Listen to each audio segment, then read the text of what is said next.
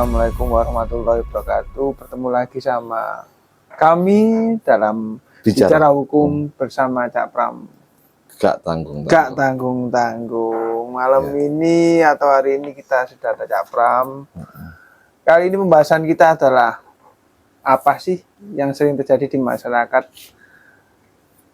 Kebingungan di masyarakat bahwasanya kalau terjadi sebuah penipuan ini masuknya ranah pidana ya, atau perdata. Banyak kebingungan di situ. Dan perlu banyak pembahasan dan perlu banyak penjelasan. Kali ini ada Cak Pram yang bisa menjelaskan itu. Silakan Cak Pram. Ya, untuk tema kali ini yang namanya bicara tentang perbuatan melawan hukum ya. Perbuatan melawan hukum itu kategorinya satu, sifat yang ada para pihak yang dirugikan ya Pak. Para pihak yang dirugikan. Ya. Kedua, dirugikan karena apa? Benar-benar. Kalau karena dirugikan karena perjanjian dengan tipu muslihat itu beda dengan perjanjian yang diingkari, dilaksanakan atau tidak dilaksanakan.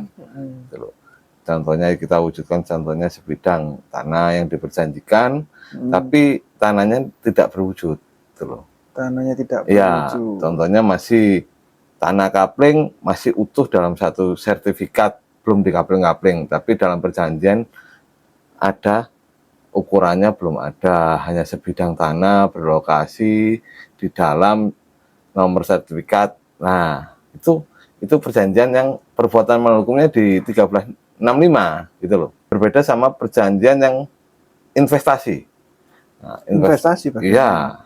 Kalau investasi kan ngomong penanaman modal, ini ada bisnis, beras, minyak, gula mahal, kulaan gula ya, gula pasir, butuh dana sekitar investasi 10 juta per orang, kita akan beli berapa ton mendatangkan ke lokasi. Ternyata yang berinvestasi itu nggak ada wujudnya, gulanya itu tadi, seolah ada gitu loh. Nah itu namanya 1328 yang namanya tipu muslihat, perjanjian dengan tipu muslihat bahwa ada bisnis yang menjanjikan keuntungan, terus momen yang tepat pas lebaran. Kalau seperti itu pidana apa perdata? Pidana. Pidana walaupun ada perjanjian sekalipun? Ada perjanjian sekalipun itu pidana. Tapi dengan cara pembuktian. Gitu loh. Pembuktiannya bagaimana? Satu, Anda harus menggugat dalam gugatan perdata dengan dasar hukumnya itu bukan 1365. Kalau 1365 itu akta di bawah tangan atau akta otentik yang tidak terlaksana dalam perjanjian. Tapi kalau 1328 itu perjanjian dengan tipu muslihat, dengan keuntungan sepihak, Pak Trias. Oh gitu ya. Ya, yang dimana objek yang diperjanjikan itu tidak wujud. Gitu. Oh gitu, paham. Ya. Tidak berwujud. Tapi bagaimanapun tetap kita selesaikan keperdataannya dulu ya. Iya, dulu dari perdataannya dulu itu dinyatakan dulu perbuatan melawan hukum dengan pasal 1328. Dengan tipu muslihat dinyatakan itu sifatnya penipuan gitu loh. Dari putusan perdata tersebut itu sebagai dasar acuan untuk laporan pidana. Saya kira bisa langsung dipidanakan, begitu tidak ya? Ya, enggak bisa, karena kan gini, ya kepolisian pun sendiri butuh kepastian hukum. Oh iya, benar. Butuh kepastian hukum karena di situ ada suatu perjanjian, kesepakatan dua belah pihak. Gitu loh. Tapi kan saat dia untuk membuktikannya kan tanpa ada putusan pengadilan, polisi akan bergeraknya kan lambat karena ada proses penyelidikan dan penyidikan. Penyelidikan dulu ya? Iya. Penyelidikan dulu, baru ke penyidikan. Oh ini banyak yang tidak paham kan? Dipikirnya itu bahasa penyelidikan dan penyidikan dipikir sama. Gitu loh. Penyelidikan itu masih delik aduan. Delik aduan. Iya toh. Ya. Nah dari delik aduan itu kan harus kita telaah dulu, kita kaji dulu, gitu loh.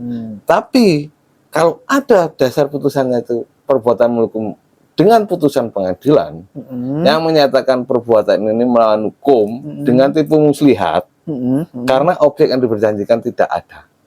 Ya. Nah, di situ di putusan pengadilan itu tadi sebagai dasar meningkatkan status penyelidikan menjadi penyidikan. Makanya bukti LP itu akan diberikan pada pelapor itu tadi.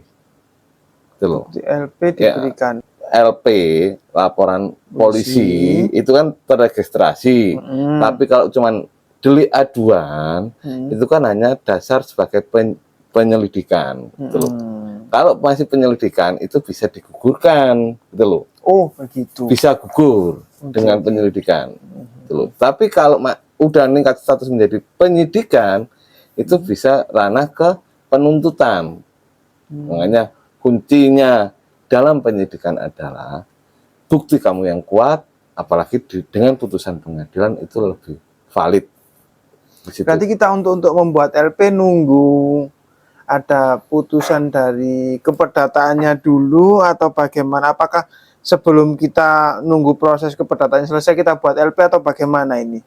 Ya kita perdata dulu no. Perdataan dulu sampai gugatan dulu. Gugatan dulu. Ya, gugatan dulu. Proses gugatannya kan satu. Kalau memang objek itu dibawa, ya kita ngomong gugatan sederhana ya. Yang terbaru ini ya.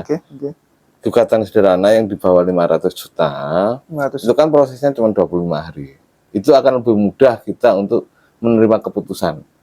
Oh, yang di bawah 500 juta itu bisa diajukan gugatan sederhana. Iya. Tentunya kalau gugatan sederhana lebih cepat ya prosesnya ya. Iya, lebih cepat. Informasi lagi buat para pecinta apa itu ilmu hukum bahwasannya untuk kasus-kasus yang di bawah 500 juta begini bisa diajukan sebuah gugatan, yaitu gugatan sederhana tadi ya.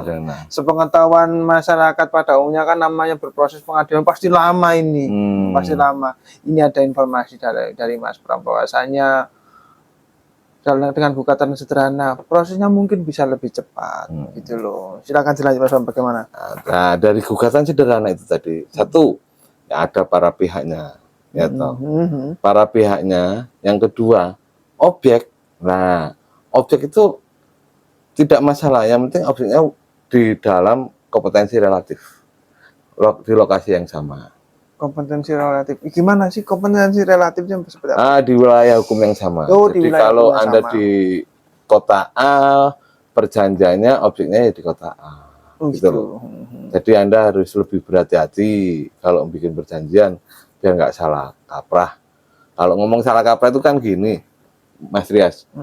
Si A dan si B bikin perjanjian di kota A, ya toh, bikin perjanjian di kota A, tapi objek yang diperjanjikan di kota B. Nah, ini nanti prosesnya lama, itu jadi gugatan biasa, bukan gugatan sederhana.